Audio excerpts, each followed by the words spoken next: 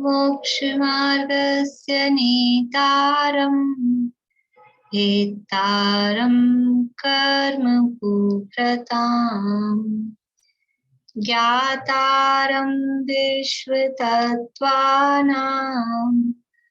वन्दे तद्गुणलब्धये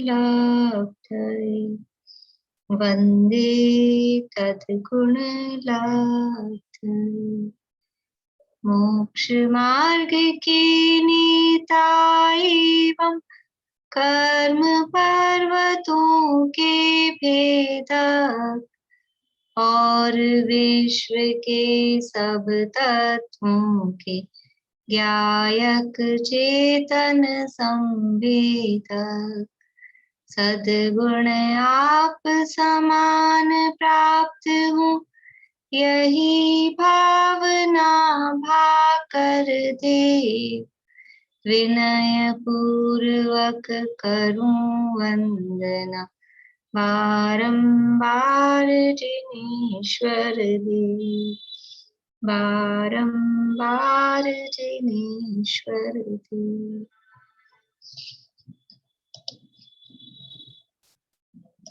रेणु जी कुछ पूछना है आपको? मेरा मन था ये बोलने का। सूत्र जी सूत्र बोल रहे, बोलिए। हाँ। कल जो सूत्र बोला वो भी तो बुलवाना है ना अभी अभी सबसे। कल जो अपन ने सूत्र बोला था वो भी आप लोग सब बोल लीजिए, पहले ही कर लेते हैं। मेवा बोल देती हूँ। 25 नंबर का सूत्र। परात्म निंदा प्रशंसे सद असद गुणोच्छादनोद भावने च नीचेर गोत्रस्य।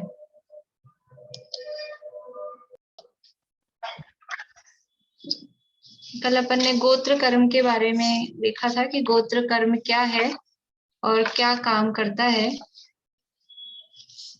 गोत्र कर्म कुम्हार के समान, जैसे कुम्हार छोटे बड़े बर्तन बनाता है, उसी प्रकार गोत्र कर्म के निमित्त से जीव भी उच्च नीच कुल में उत्पन्न होता है, छोटा बड़ा कहा जाता है। ये छोटा आदमी है, बड़ा आदमी है, ऐसा छोटा बड़ा पना ये गोत्र कर्म के कारण जीव को कहा जाता है। ये गोत्र कर्म दो प्रकार का है, एक नीच गोत्र और एक उच्च गोत्र। क्योंकि दोनों अपोजिट हैं, नीच और उच्च, इसलिए दोनों के जो आश्रव के कारण हैं वो भी अपोजिट होंगे, अलग ही होंगे। तो यहाँ पहले नीच गोत्र के आश्रव के कारण बताए हैं। क्या बताए हैं? परात्म निंदा प्रशंसे सद असद गुणोच्छादनोद भावने च नीचेर गोत्रस्य। पर निंदा आत्म प्रशंसा, परात्म निंदा प्रशंसे, पर के साथ लगाना निंदा, आत्म के साथ लगाना प्रशंसा। पर निंदा आत्म प्रशंसा। फिर गुण उच्छादन गुण उद्भावन, आगे जो शब्द दिए हैं गुणोच्छादन उद्भावन। और कौन से गुण? सदगुण उच्छादन असद गुण उद्भावन। सद यानी विद्यमान जो है ऐसे गुण, उनका उच्छादन, उच्छादन यानी ढकना। और किसके? पर के। पहले पर दिया था, पर आत्म, ये दो शब्द शुरू में दिए। फिर निंदा प्रशंसा, तो एक एक के साथ एक एक लगा दिया। फिर सदगुण उच्छादन असदगुण उद्भावन, उनको भी पर के साथ और आत्म के साथ लगाएंगे। तो पर के तो सदगुण उच्छादन, दूसरे के जो विद्यमान गुण हैं, दूसरे में जो गुण विद्यमान हैं उनको उच्छादन यानी ढक देना, दूसरे के विद्यमान गुणों को छुपाना, नहीं बताना, नहीं कहना, किसी के सामने भी नहीं कहना, अपने अंदर भी उनको हाईलाइट नहीं होने देना। अपने अंदर भी दूसरे के गुण आएंगे तो अपने को दूसरे की महिमा आ जाए, तो दूसरे की बस निंदा का भाव ही अंदर रखे रखना, ऐसा परिणाम। तो पर सदगुण उद्भावन, दूसरे के विद्यमान गुणों को उद्भावन यानी ढकना। और आत्म असदगुण उच्छादन, अपने में जो गुण है ही नहीं फिर भी उनको प्रकट करना, दिखाना, सबको बताना। उच्छादन, उच्छादन अर्थात नहीं, उच्छादन नहीं, उद्भावन, सॉरी, उद्भावन। अपने जो विद्यमान गुण नहीं है, अपने में जो गुण मौजूद नहीं है उनका उद्भावन करना, उनको प्रकट करना, ये क्या है? नीच गोत्र के आश्रव का कारण है। यानी दुनिया में भी जिसे अच्छा नहीं माना जाता है क्योंकि नीच गोत्र है। आप लोग बता सकते हैं अपने समझ लीजिए सामान्य ज्ञान के आधार पर, ये नीच गोत्र प्रकृति ये पुण्य प्रकृति होगी या पाप प्रकृति होगी? पुण्य या पाप?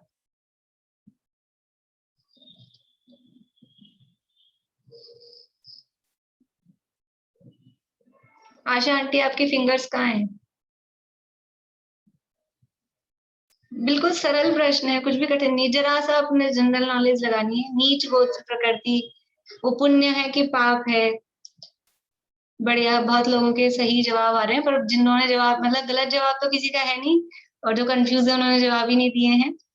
लेकिन सरल है। कल हमने देखी थी ना, नीच गोत्र का उदय नियम से कहाँ होता है? कहाँ होता है? बोलिए आशा आंटी, कहाँ होता है नियम से जहाँ नीच गोत्र का ही उदय है? तिर्यंच और नरक गति में। बढ़िया, तिर्यंच और नरक गति में। तो वहां पुण्य का उदय है कि पाप का उदय है? पाप का उदय। पाप का उदय है। तो नीच गोत्र प्रकृति पाप प्रकृति है। शब्द से ही समझ में आ रहा है नीच गोत्र है, खोटी गोत्र मिल रही है, ये पाप प्रकृति है।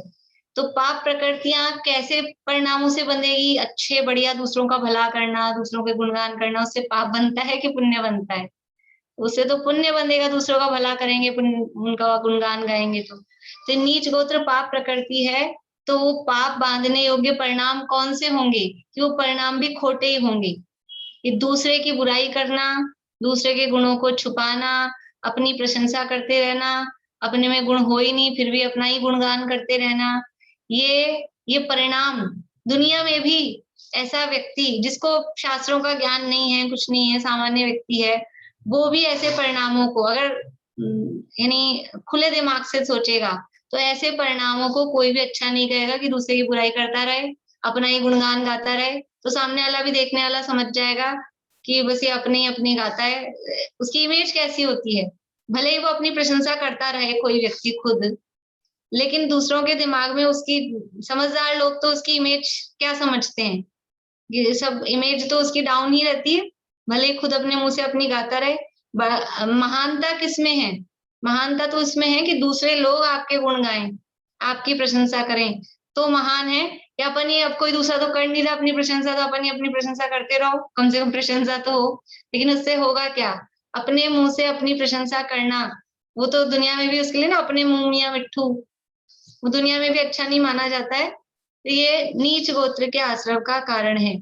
और उसमें भी सबसे यानी जो और बुरे में भी बुरा जो परिणाम है वो है पर निंदा। दूसरों की निंदा करना, दूसरों की बुराई करना, और दूसरों के जो गुण है, किसी में जो गुण है उसको उजागर तो करना ही नहीं, उल्टा छुपाना। ऐसा जो परिणाम है, ऐसे जो भाव हैं, ये नीच गोत्र के आश्रव के कारण है। और नीच गोत्र के आश्रव के कारण है, इसमें ज्यादा परसेंटेज कहाँ का आ रहा है? नरक का और तिर्यंच का। मनुष्यों में भी नीच गोत्री होते हैं, लेकिन मनुष्यों में उच्च गोत्री भी होते हैं, और वो तो दोनों 100% नीच गोत्री ही हैं। इसलिए यदि ऐसे परिणाम हो रहे हैं, पर निंदा, आत्म प्रशंसा, पर के सद्गुणों का उच्छादन, अपने असद्गुणों का उद्भावन, यदि ऐसे परिणाम हो रहे हैं तो उनसे नीच गोत्र का अर्थात नरक तिर्यंच गति का आश्रय हो रहा है। सीधे सीधे शब्दों में कहें ना, नीच गोत्र का तो मतलब नरक तिर्यंच गति का आश्रय मुख्यता से। यदि मनुष्य गति बन रही है तो मनुष्य में भी जो खोटी नीच गोत्री जो है, शेड्यूल कास्ट वगैरह हैं, उनका बंध उसमें होता है।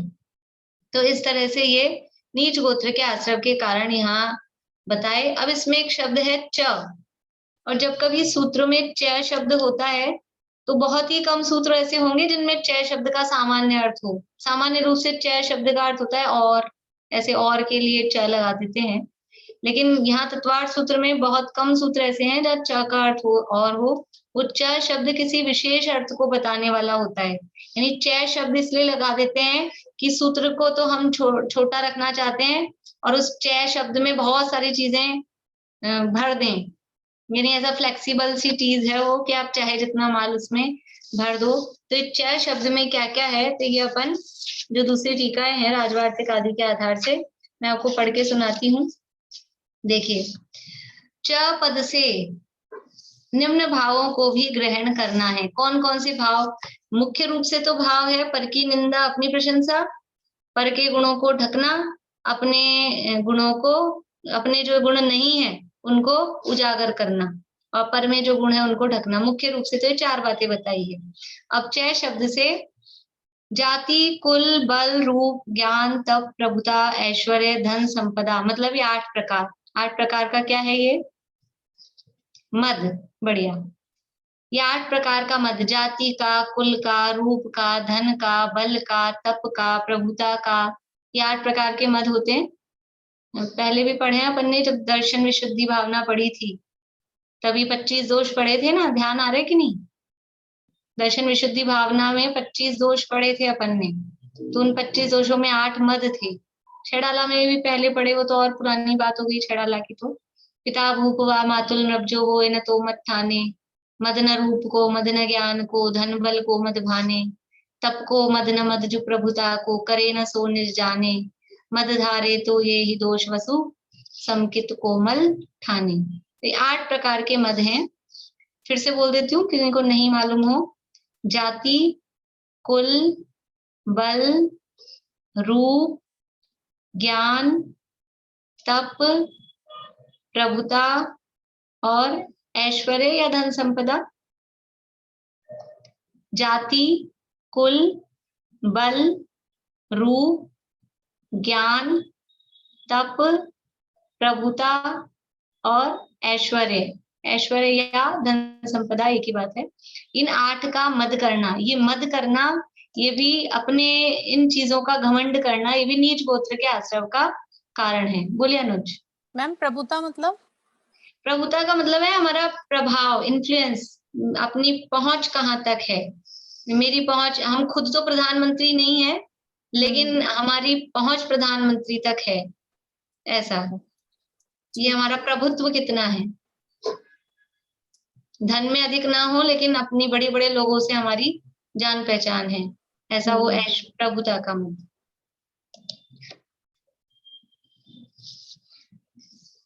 तो ये 8 प्रकार का मद करना नीच गोत्र के आश्रम का कारण है। मतलब ये घमंड जो है, ये घमंड वास्तव में अच्छे नहीं है। क्यों नहीं है? कि ये घमंड जिनके आश्रय से किया जा रहा है।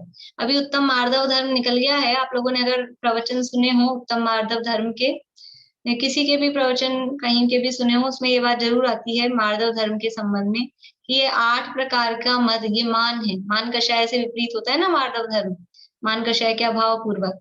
तो 8 प्रकार के मदों का त्याग करने पर ही मार्दव धर्म प्रकट होता है। और ये 8 प्रकार का जो मद है, ये किसके आश्रय से हो रहा है? ये सब बाहरी चीजों के आश्रय से हो रहा है। शरीर के आश्रय से रूप का मद है, जो थोड़ा बहुत क्षेम ज्ञान है उसके आश्रय से ज्ञान का मद है, और धन है, धन का मद वो बाहरी चीज है। जाति, कुल, ये सब बाहरी चीज है।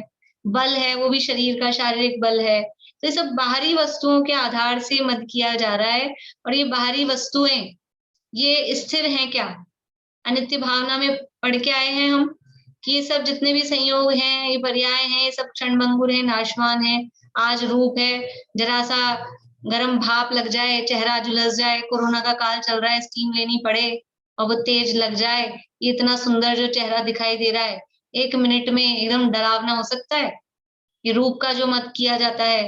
बल का मद कि अभी इतने शरीर में शक्ति है और वही कोरोना हो गया तो सारी शक्ति गायब हो जाती है, एकदम कमजोरी आ गई, काम नहीं हो रहा है, चला नहीं जा रहा है। तो ये बल कितने दिन का है, कब कब तक का है? ऐसे ही प्रभुता का हाल है, धन संपदा का भी यही हाल है। जरा सा हवा का झोंका, हवा का झोंका मतलब एक कोई तूफान आए, कोई भूकंप आए, कोई लहर आ जाए, कोई सा तूफान आ जाए और वो रोड़पति हो जाता है 1 मिनट में। तो ये सब क्षणिक है, नाशवान है। इनके आश्रय से यदि मद किया जा रहा है, घमंड किया जा रहा है, तो वो नीच गोत्र के आश्रय का कारण है, वो उचित नहीं है। तो इन 8 प्रकार का मद करना। फिर है अन्य की अवज्ञा करना, दूसरे की अवज्ञा मतलब उसकी आज्ञा नहीं मानना, मतलब उसकी समझ लीजिए अनसुनी, सुनी अनसुनी ऐसे कहते हैं, बड़ों की अनसुनी करना, ऐसा अन्य की अवज्ञा करना। अन्य की हंसी करना, दूसरे की मजाक बनाना, अन्य की निंदा होने पर स्वयं हर्षित होना। हम तो नहीं कर रहे दूसरे की बुराई, लेकिन कोई और थर्ड पर्सन वो किसी और की बुराई कर रहा है, दूसरे की बुराई कर रहा है, और वो दूसरे की बुराई कर रहा है, तो हम मन ही मन प्रसन्न हो रहे हैं। ये किस चीज में जाएगा? अपन ने कुछ पढ़ा था पहले यहीं 6ठे अध्याय में। हाँ बोलिए पारुल। अनुमोदन। अनुमोदना, कृतकार्यत अनुमोदना पढ़े थे, आद्यम समरम समारंभ आरंभ योग कृतकार्यत अनुमोदन। तो अनुमोदना, वो कर रहा है बुराई और हम अंदर ही अंदर प्रशंसा कर रहे हो रहे हैं, खुश हो रहे हैं, मतलब अनुमोदना हमारे माध्यम से हो रही है उस बुराई की। अन्य का अपवाद करने रूप अपना स्वभाव रखना। नेचर ही कैसी है कि बस दूसरे के अपवाद, मतलब दूसरे का कुछ ना कुछ जबरदस्ती की उसका फैलाना, दोष फैलाने का जो नेचर होता है, अपवाद करना, उसमें कुछ नहीं है बुराई, और छोटी मोटी हो तो भी उसको बढ़ा चढ़ा के प्रचारित करने की जो नेचर होती है, दूसरों को बताने की, जल्दी जल्दी जरा सी किसी की लूप होल पता लगे और करंट की जैसे सारी जगत में फैला दे, बिल्कुल। तो वो नेचर, दूसरे का अपवाद करने रूप स्वभाव रखना, नीच गोत्र के आश्रम का कारण है। धर्मात्मा व्यक्ति की निंदा करना। देखो निंदा करना तो कह ही दिया, पर निंदा वह नीच गोत्र के आश्रम का कारण है। अब नीच में भी और खोटा क्या है कि धर्मात्मा व्यक्ति की निंदा करना। अभी एक तो सामान्य व्यक्ति की निंदा कर रहे हैं, और एक जो धर्मात्मा है, धार्मिक है, और फिर उसकी निंदा करना, तो वो और गहरा पाप है, और बड़ा पाप है। अपनी उच्चता दिखाना, अपनी उच्चता, बस मैं ही हूँ, मैं ही श्रेष्ठ हूँ, आई एम द बेस्ट, बस मेरे सामने कोई नहीं, ऐसा अपनी उच्चता दिखाना। अन्य के यश को बिगाड़ देना, दूसरे का कोई नाम हो रहा हो, यश फैल रहा हो, तो उसको बिगाड़ देना, उसके नाम में यानी क्या बोलते हैं, दाग लगाना, उसकी कीर्ति को मलिन करना, ऐसा अन्य के यश को बिगाड़ देना। लोक में अपनी झूठी कीर्ति प्रकट करना, अपने पास हो कुछ ही नहीं लेकिन दिखाए बहुत। देखो एक्चुअल में वास्तव में होना क्या चाहिए, शास्त्रों में भी ऐसी गाथा आती है, जो निधि पाकर निज वतन में गुप्त रह जन भोगते। एक ही लाइन की जरूरत है, मुझे एक ही लाइन बतानी है कि हमारे पास में यदि निधि है, लौकिक सांसारिक निधि मतलब धन संपदा संपत्ति है, तो दिखाना नहीं चाहिए। धन का प्रदर्शन वो धन को लुटा देता है, धन लुटने का कारण है। बड़े पंडित जी साहब के वाक्य हैं, ज्ञान का प्रदर्शन वो ज्ञान को नष्ट कर देता है, रूप का प्रदर्शन वो शील को नष्ट कर देता है। रूप प्रदर्शन कर रहे हैं, रूप प्रदर्शन का मतलब क्या है, आप सामने से आपदा को आमंत्रित कर रहे हैं, आप अपने रूप प्रदर्शन कर रहे हैं, तो क्या है, वो शील को नष्ट करने वाला है। धन का प्रदर्शन, धन का प्रदर्शन वो धन को नष्ट कर देगा। वो चोरों को कैसे पता लगेगा, आप अपने धन का प्रदर्शन कर रहे हो तो चोरों को इनविटेशन दे रहे हो खुद ही। ऐसे और एक आध चीजें और है।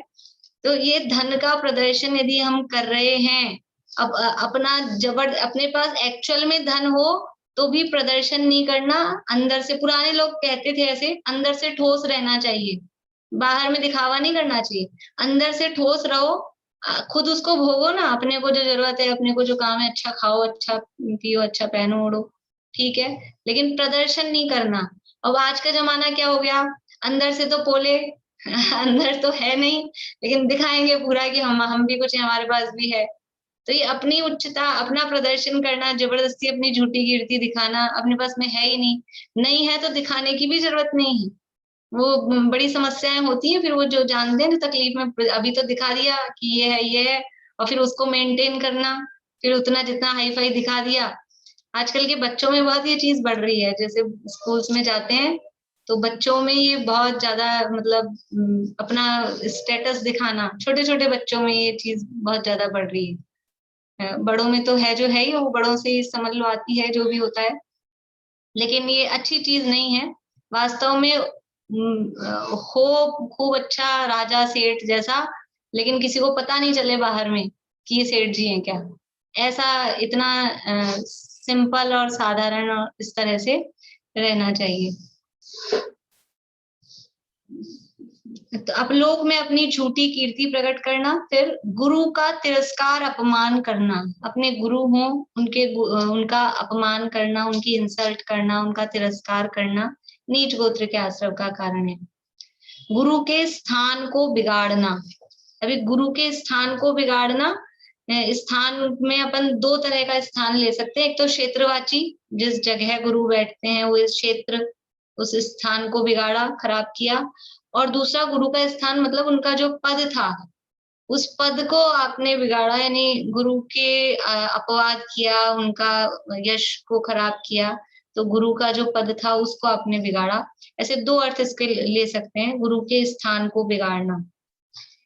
फिर गुरु के दोष प्रकट करना, गुरु के ही दोष बताए जा रहे हैं, मतलब खुद थोड़े से क्या 4 अक्षर पढ़ लेते हैं और दुनिया में गुरुजी के ही दोष निकालने लग जाते हैं। हाँ, कोई गलती हो, भूल चूक हो तो उसको कहने का एक तरीका होता है, विनम्र भाषा में पूछना, लेकिन दुनिया में इस तरीके से चलते हैं कुछ लोग, ऐसे आचार्यों के दोष निकालते हैं। ये आचार्य ने यहाँ गलत लिख दिया, ये गलत लिख दिया, इनको ध्यान नहीं था, इनको व्याकरण का ज्ञान तो होगा नहीं इसलिए गलत लिख दिया। ऐसा करते हैं लोग। कुंद आचार्य, अमृतचंद्र आचार्य इतने बड़े व्याकरण के विद्वान थे, हम लोगों को तो कुछ नहीं आता उनके आगे, फिर भी अपने थोड़े से ज्ञान के मद में उनकी गलतियां निकालने लगते हैं, विद्वानों की गलतियां निकालने लगते हैं, आचार्यों की गलतियां निकालने लगते हैं। तो ये जो पीछे का ना पर निंदा और पर के गुणों का को ढकना, ये तो साधारण आदमी के करने से तो सामान्य पाप, और यदि ऐसा किया धार्मिकों के साथ, गुरुओं के साथ में, तो वो पाप भी विशेष रूप से नीच गोत्र का आश्रम, अनुभाग में अधिकता, जो स्थिति अनुभाग में फर्क पड़ेगा ना, तो अनुभाग उसका बहुत गहरा हो जाएगा। तो गुरु के दोष प्रकट करना, गुरु के गुणों का लोप करना, गुरु के गुणों को छुपाना, गुरु की आज्ञा नहीं मानना,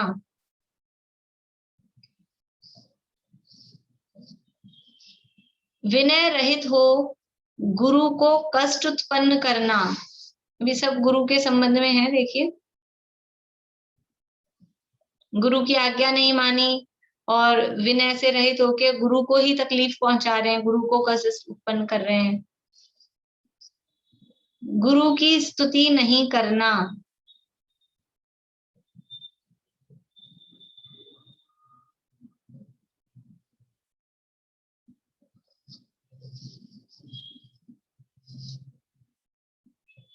तीर्थंकर की आज्ञा भंग करना,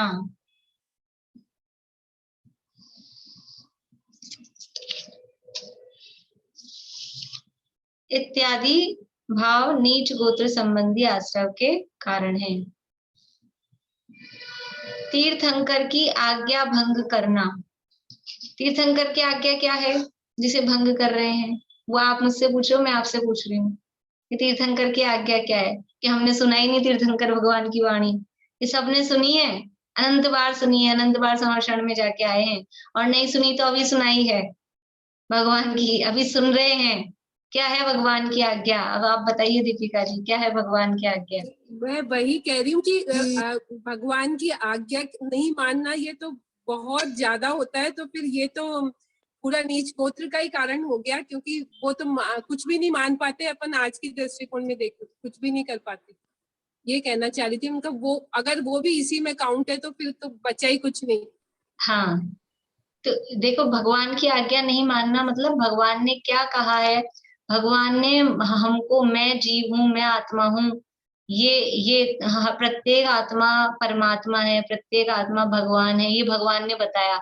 और हम अपने आप को जीव नहीं मान रहे, हम अपने आत्मा को आत्मा नहीं मान रहे, हम अपने आप को शरीर मान रहे हैं। ये भगवान की आज्ञा भंग की, ये कौन सा पाप है? अपने को जीव नहीं मान के शरीर मान रखा है, ये कौन सा पाप है?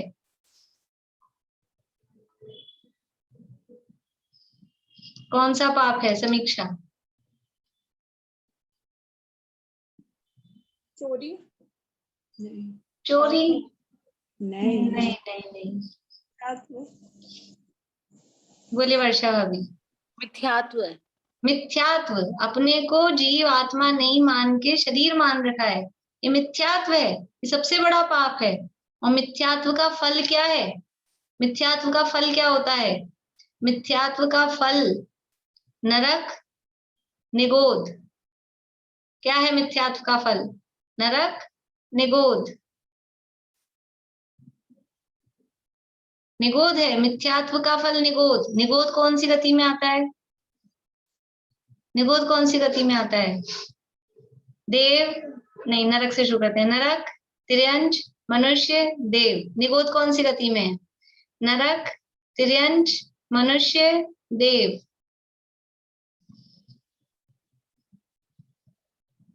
उंगली दिखानी पद्मा जी।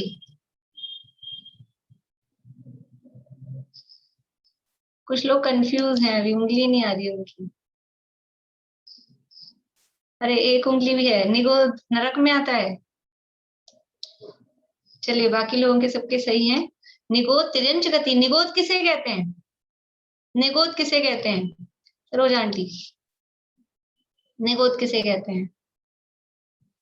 कहते हैं, परिभाषा तो नहीं याद है। परिभाषा याद पढ़ाई है, मैंने चैत्यालय में रटाई आप लोगों को। याद नहीं आती है तो। हाँ वो आपका 1.5 साल हो गया, 2 साल हो गए। बोलिए आशा आंटी, याद है। निगोध किसे कहते हैं? एक शरीर के कई मालिक जो होते हैं तो निगोध बताया। और ज्यादातर वनस्पति साधारण वनस्पति का। साधारण, बहुत बढ़िया।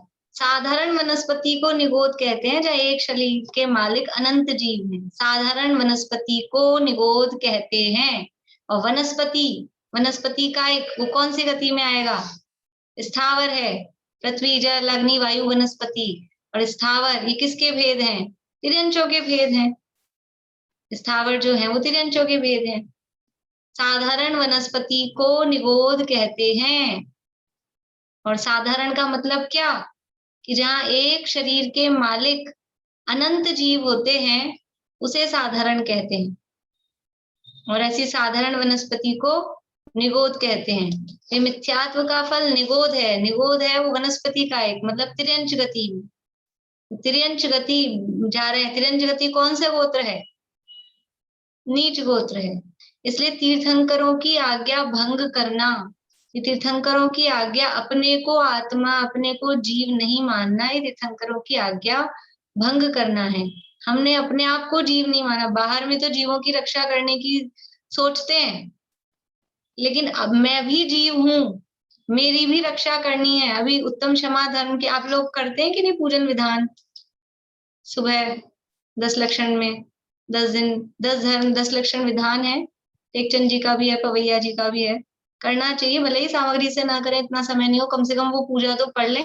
वो अर्घ में क्या कहा गया है वो समझ में तो आए।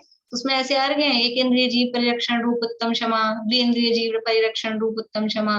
तो हमने दूसरे पृथ्वी का एक, जल का एक, अग्नि का एक, वायु का एक, दूसरे 2 इंद्रिय 3 इंद्रिय कीड़ी मकोड़ा मक्खी मच्छर, उनसे तो क्षमा मांगी। लेकिन मैं स्वयं, उसको पढ़ते समय ये ख्याल में आना चाहिए कि मैं स्वयं पृथ्वी का एक हुआ। मैं अपने आप से कभी क्षमा मांगी कि नहीं? अभी क्षमावनी आएगी। कितनी तारीख की है? 21 की, 23 की, 23 तारीख की, जब भी है तो क्षमावनी आएगी तो क्या करेंगे सब? उत्तम क्षमा, उत्तम क्षमा, उत्तम क्षमा। दूसरों से तो सबसे आज तक क्षमा मांगी, और दूसरों से गलती कुछ की ही नहीं है। सारी गलती तो अपने आप, जिससे गलती की उससे क्षमा मांगते ही नहीं है। गलती किसके साथ की है? गलती अपने आप के साथ हो रही है। आज तक अपने को जाना नहीं, पहचाना नहीं, अपने स्वरूप का ध्यान दिया नहीं। अपनी आत्मा, मैं स्वयं नरक में, निगोध में, पृथ्वी का एक, जल का एक इंद्रिय, 2 इंद्रिय, 3 इंद्रिय, 4 इंद्रिय में रुल रहा हूँ, ये आज तक ख्याल नहीं किया।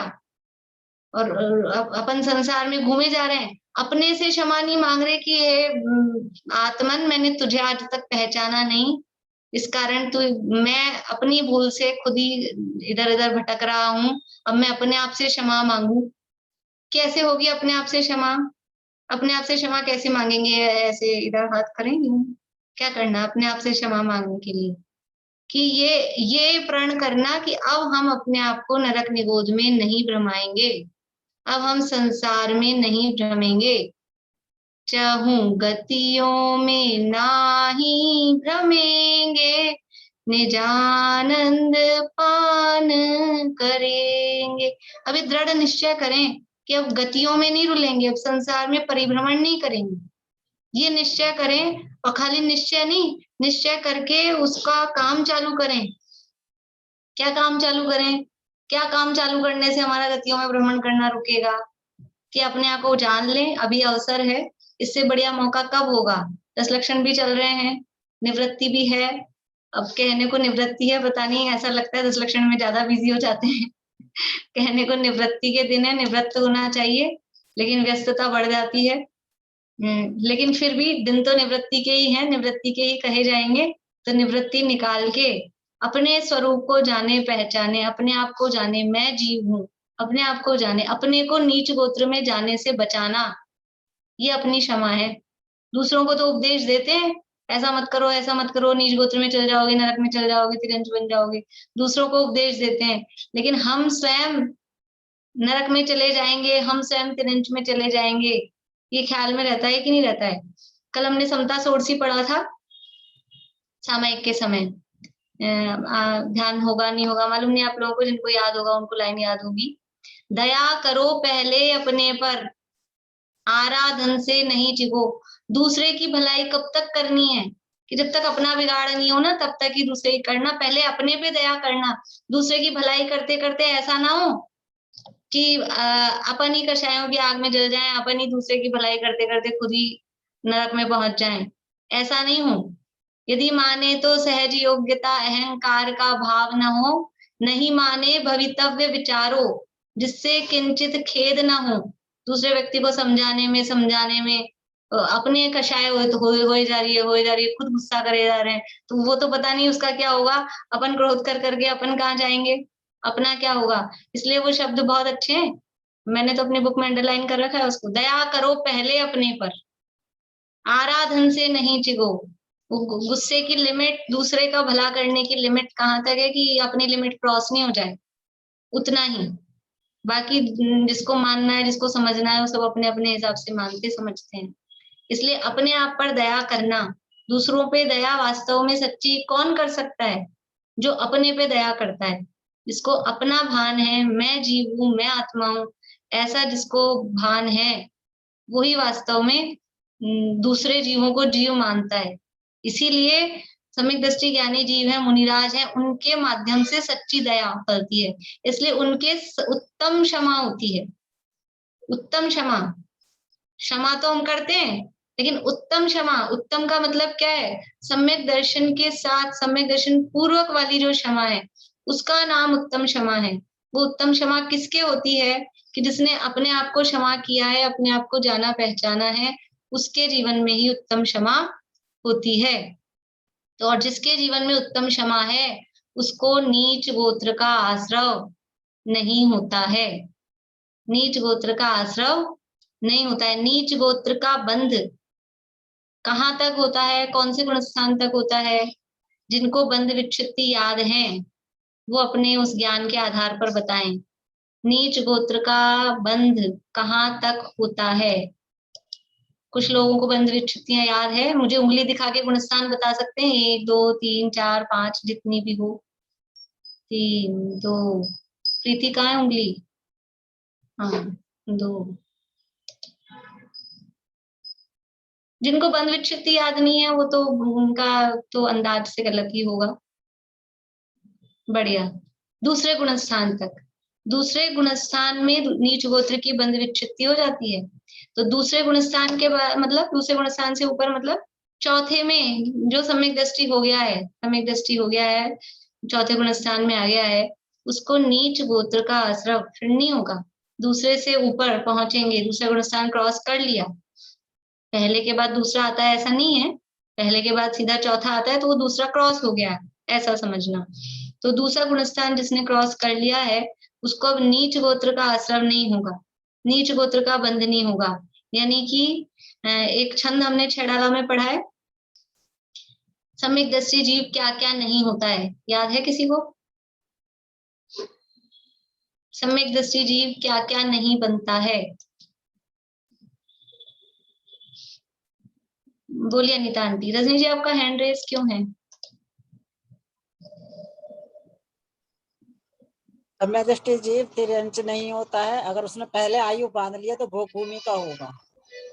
छंद पूछ रही थी, छेड़ाला का छंद याद है क्या? अच्छा, छेड़ाला का छंद। चलिए रेणु जी आप बता रहे हैं, छंद बता रहे हैं? वैसे आप सही बता रहे हैं, आपको याद है वो। बोलिए। प्रथम नरक विन सटभु ज्योतिषवान भवन संड नारी थावर क्या पशु में नाई। हाँ, थावर विक्रत्र पशु में नाई उपजत पूरा सम्यक धारी। ठीक है, बढ़िया। बोलिए विनीता जी। प्रथम नरक बिन सड़भु ज्योतिष भान भवन संड नारी थावर विकल त्रिय पशु में नई उपजत सम्यक धारी। बढ़िया। तो ये सम्यक दृष्टि होते ही प्रथम नरक बिन षडभु, 6 वैसे तो नरक में जाता ही नहीं है, वो जो आंटी बता रहे थे ना, पहले आयु बांध लिया तो जाएगा, वो नरक में नहीं जाता। नरक में कौन सी गोत्र है? नीच गोत्र है। सम्यक दृष्टि हो गए तो नरक में नहीं जाएंगे, नीच गोत्र गायब, नरक वाला। फिर प्रथम नरक बिन षडभु ज्योतिष वान भवन, ज्योतिष देवों में, वान यानी व्यंतर देवों में, भवन यानी भवनवासी देवों में, जिसे हम देवगति में नीच गोत्री कहते हैं। होते नहीं है देव नीच गोत्री, लेकिन अगर हमको छाटने को कहें तो हम उनको देवों में वो खोटे देव हैं। यद्यपि गोत्र उनका उच्च ही है लेकिन खोटे देव हैं, उनमें भी नहीं जाएगा। षंड, षंड यानी नपुंसक, मनुष्य बना या तिर्यंच बना, तो तिर्यंच में भी नहीं जाएगा, लेकिन नपुंसक होते हैं मनुष्य और तिर्यंचों में। अभी तिर्यंच का तो आगे कहेंगे ही, तिर्यंच बनेगा ही नहीं। तो मनुष्य यदि बनेगा तो नपुंसक नहीं होगा। नपुंसक वेद केवल मनुष्य और तिर्यंच 2 ही गतियों में होता है, दो में नहीं। नारकी भी सारे नपुंसक होते हैं, देवों में नहीं होता है। तो नरक का पहले ही निषेध कर दिया है, नरक में नहीं जाएगा तो नपुंसक नहीं होगा, मनुष्य में भी नपुंसक नहीं होगा, स्त्री नहीं होगा। देवों में भी जाएगा तो देवी नहीं बनेगा, देव बनेगा, पुरुष लिंग वाला होगा। मनुष्य बनेगा तो पुरुष बनेगा। प्रथम नरक बिन षडभु ज्योतिषवान भवन षंड, षंड यानी नपुंसक, नारी थावर, स्थावर नहीं होगा। स्थावर कौन सी गति के हैं? स्थावर गति कौन सी है? तिर्यंच। एक इंद्रिय तो इंद्रियां हैं, जाती है वो। गति पूछेंगे तो तिर्यंच गति, स्थावर नहीं होगा, तिर्यंच नहीं हो रहा। विकलत्रय, विकलत्रय यानी 2 इंद्रिय 3 इंद्रिय 4 इंद्रिय जीव, ये कौन सी गति के हैं? तिर्यंच गति के हैं, वो भी नहीं होगा। तो एक इंद्रिय भी नहीं हुआ स्थावर, 2 3 4 इंद्रिय भी नहीं हुआ, यानी 1 से 4 इंद्रिय तक नहीं बनेगा, तिर्यंच नहीं बनेगा। थावर विकलत्रय पशु में 1 से 4 इंद्रिय नहीं बना, गाय घोड़ा गधा कुत्ता पंचेंद्रिय तो बन जाएगा कि वो भी नहीं बनेगा, इसलिए एक शब्द कह दिया, पशु में नहीं उपजत सम्यक धारी, यानी सम्यक दृष्टि जीव है, सम्यक दर्शन प्रकट हो गया तो नरक का रास्ता टोटली बंद, तिर्यंच का रास्ता भी टोटली बंद। नरक और तिर्यंच में नहीं जाता है सम्यक दृष्टि। और वो पहले आयु बंद कर ली थी तो पहले आयु बांधने वाला सम्यक दृष्टि था नहीं, वो तो मिथ्या दृष्टि था, इसलिए बंद गई थी वो पहले नरक की तिर्यंच की, वो अपवाद है, वो अलग बात है। लेकिन वास्तव में सम्यक दृष्टि जीव नरक और तिर्यंच में नहीं जाते हैं, स्त्री नहीं बनते हैं, नपुंसक नहीं बनते हैं, भवनत्विक में उत्पन्न नहीं होते हैं। यानी जो नीच गोत्र थे नरक और तिर्यंच वाले, और जो मनुष्यों के नीच गोत्र थे नपुंसक आदि, और मनुष्यों में और भी जो नीच गोत्र हैं अगर शेड्यूल कास्ट वगैरह, उसमें सम्यक दृष्टि जीव उत्पन्न नहीं होते। इसलिए यदि नीच गोत्र का हमको अभाव करना है, नीच गोत्र नहीं बांधना है, तो क्या करना है? पर निंदा आत्म प्रशंसा करनी चाहिए नहीं। पर निंदा आत्म प्रशंसा, दूसरे के गुणों को ढकना, अपने अवगुणों, अपने में गुण नहीं है उसको बताना, ये काम करना ही नहीं। और ये काम कब नहीं होगा वास्तव में, ये छूटेगा कब? छूटता नहीं है, वो अंदर से आती रहती है, वो ऐसा जैसे स्वभाव हो गया है। कब छूटेगा? कि जब आत्मा का आश्रय होगा, जब वस्तु स्वरूप समझ में आता है, वस्तु स्वरूप के आश्रय से, आत्मा के अवलंबन से ये जो प्रवृत्ति है पर निंदा आत्म प्रशंसा, ये अपने आप ही छूटती है। तो समय आत्मा का आश्रय होगा मतलब सम्यक दर्शन प्रकट होगा। तो सम्यक दर्शन प्रकट करना यानी सभी दुखों की एक ही रामबाण औषधि है। जो भी कोई दुख हो, जो भी कोई तकलीफ हो, जो भी कोई समस्या है, दवाई एक ही है, अभी हमको समस्या है नीच गोत्र की, नीच गोत्र नहीं बांधना है, ये समस्या है। उपचार क्या है, औषधि क्या है? एक ही पुड़िया है वैद्य जी के पास, ये सम्यक दर्शन ले जाओ, सम्यक दर्शन ले लो, नीच गोत्र नहीं बंधने वाला है। सम्यक दर्शन ही ये समस्त जो पाप प्रकृतियां हैं, खोटे कर्म हैं, उनसे छुटकारे का उपाय है। और ये जो प्रवृत्ति यहाँ बताई है, दूसरों की निंदा अपनी प्रशंसा, इस प्रवृत्ति को यद्यपि थोड़ी बहुत रूप में सब में होती है, तो आपस में आपस में भी हम एक दूसरे को सावधान करें और अपनी भी हम पकड़ें कि कहाँ हमसे ऐसा हो रहा है, होता है, होएगा, लेकिन जब कभी ऐसा भाव आ रहा हो तो तुरंत उस पे हम ब्रेक लगाएं कि ये भाव हमको पहले बुद्धिपूर्वक रोकें, पहले बुद्धिपूर्वक रोकेंगे और फिर जैसे जैसे वस्तु स्वरूप का विचार करेंगे तो वो भाव फिर उत्पन्न ही नहीं होंगे। वास्तव में तो वो भाव आना ही नहीं चाहिए, आ रहा है मतलब अभी वो गया नहीं अंदर से, लेकिन जैसे जैसे हम विचार करेंगे, तत्व विचार करेंगे, वस्तु स्वरूप का विचार करेंगे, तो वो भाव आना ही रुक जाएंगे। और ये भाव हमारे आना रुके और नीच गोत्र का आश्रय नहीं हो, सम्यक दर्शन पूर्वक ये भावों का आना रुकता है। तो ऐसा सम्यक दर्शन हम सभी को प्रकट हो, इसी भावना से ये नीच गोत्र के आश्रय की चर्चा अपन यही पूरी करते हैं। उच्च गोत्र तो सरल है, इससे विपरीत जो भी है वो उच्च गोत्र के आश्रय के कारण है, वो चर्चा अपन कल करेंगे। किसी को प्रश्न हो तो बोले।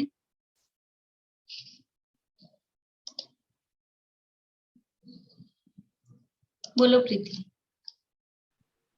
अपने गुणों की प्रशंसा करें तो फिर नहीं होगा नीचे गोत्र का? अपने गुणों की भी प्रशंसा अपन करें खुद ही, तो वो आत्म प्रशंसा हो गई ना। गुण मतलब जो बाहरी जो गुण है, आत्माश्रित गुणों को कहें मैं अनंत गुण संपन्न हूँ, मैं अनंत वैभव संपन्न हूँ, वो नहीं कहा जाएगा।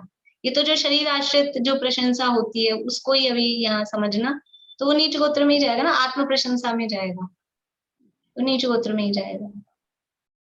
बाकी आत्म प्रशंसा करनी चाहिए, लेकिन वो सच्ची, मैंने पहले दिन आपको कल या परसों ही कहा था, सच्ची आत्म प्रशंसा करनी चाहिए। वो आत्मा कौन, आत्म कौन, ये हमको पहचानना चाहिए। हम इस शरीर को आत्मा मान के इसके आधार पर प्रशंसा करते हैं तो नीच गोत्र का आश्रय होता है। और आत्मा मैं हूँ ऐसा मान के फिर अपने आत्म स्वरूप की प्रशंसा करें, अपनी शक्तियों की विचार करें, तो वो तो गोत्र का कर्म के भाव का कारण बन जाएगा, सम्यक दर्शन प्रकट होगा उससे। जो अपने पास गुण नहीं है तो उनको अवगुण भी बोल सकते हैं, अपने अवगुणों को मतलब बताना, मतलब क्या ऐसे भी बोल सकते हैं क्या? अवगुण तो क्या कहें, अब जो है ही नहीं, लेकिन अपने में जो गुण नहीं है उनको बताना, ऐसा ही कहना चाहिए। अवगुण तो क्यों, जब अपने में है ही नहीं तो उसको अवगुण तो, हाँ यह कह सकते हैं अपने अवगुणों को तो छिपाना, दूसरे के अवगुणों को उजागर करना, इसको अपन सब में चारों तरफ लगा सकते हैं, जो दो तरह से बताया है ना। दूसरे के अवगुण प्रकट कर रहे हैं, अपने अवगुण छुपा रहे हैं, दूसरे के गुण छुपा रहे हैं और अपना गुणगान गा रहे हैं, ऐसा। दूसरे की निंदा कर रहे हैं, अपनी प्रशंसा कर रहे हैं, दूसरे की प्रशंसा नहीं कर रहे हैं और अपनी निंदा नहीं कर रहे हैं। अपनी निंदा आलोचन करते हैं ना हम रोज, अपनी निंदा आलोचन से करता हूँ पापों को शांत, सामयिक में क्या करते हैं, वहां आत्मनिंदा मतलब वहां आत्मा की निंदा नहीं, वहां पर्यायगत, कि इस पर्याय में हमसे क्या भूल हुई है, पर्याय के आश्रय से वो आत्मनिंदा की बात वहां करते हैं। चलिए, जिनवाणी स्तुति करते हैं। अनीता जी बोलिए। दीदी अपन लोग जैसे 10 अध्याय, बस हम एक अध्याय का पाठ रोज कर सकते हैं क्या? हाँ, क्योंकि 10 तो आते नहीं मेरे को, ऐसे एक अध्याय रोज पढ़ ले। हाँ, करना ही चाहिए, क्योंकि वो 10 का करने का नियम लेना तो भारी पड़ जाता है, फिर उसमें ट्रेन भगाते हैं लोग। अगर अच्छे से बोलो तो 5 घंटा लगता है, तो इतना समय नहीं हो तो रोज एक अध्याय का शुद्ध उच्चारण करके, तो 5, 7, 10, 5 मिनट में, बहुत धीरे बोलो तो 10 मिनट से ज्यादा नहीं लगते हैं, तो 5 मिनट में वो एक अध्याय का, लेकिन शुद्ध बोलना चाहिए, शुद्ध उच्चारण, और थोड़ा थोड़ा सा अर्थ भी ख्याल में लेते हुए तो फिर बोलना चाहिए।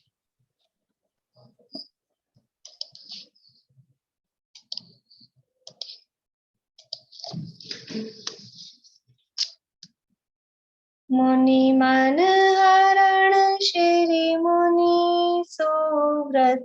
चतुष्पद परित्याग कर निज पद विहारी हो गए तुम अपद पद परिहार कर पाया परम पद आपने निज आत्मा पहचान कर निज आत्मा को जान कर निज आत्मा का ध्यान धर।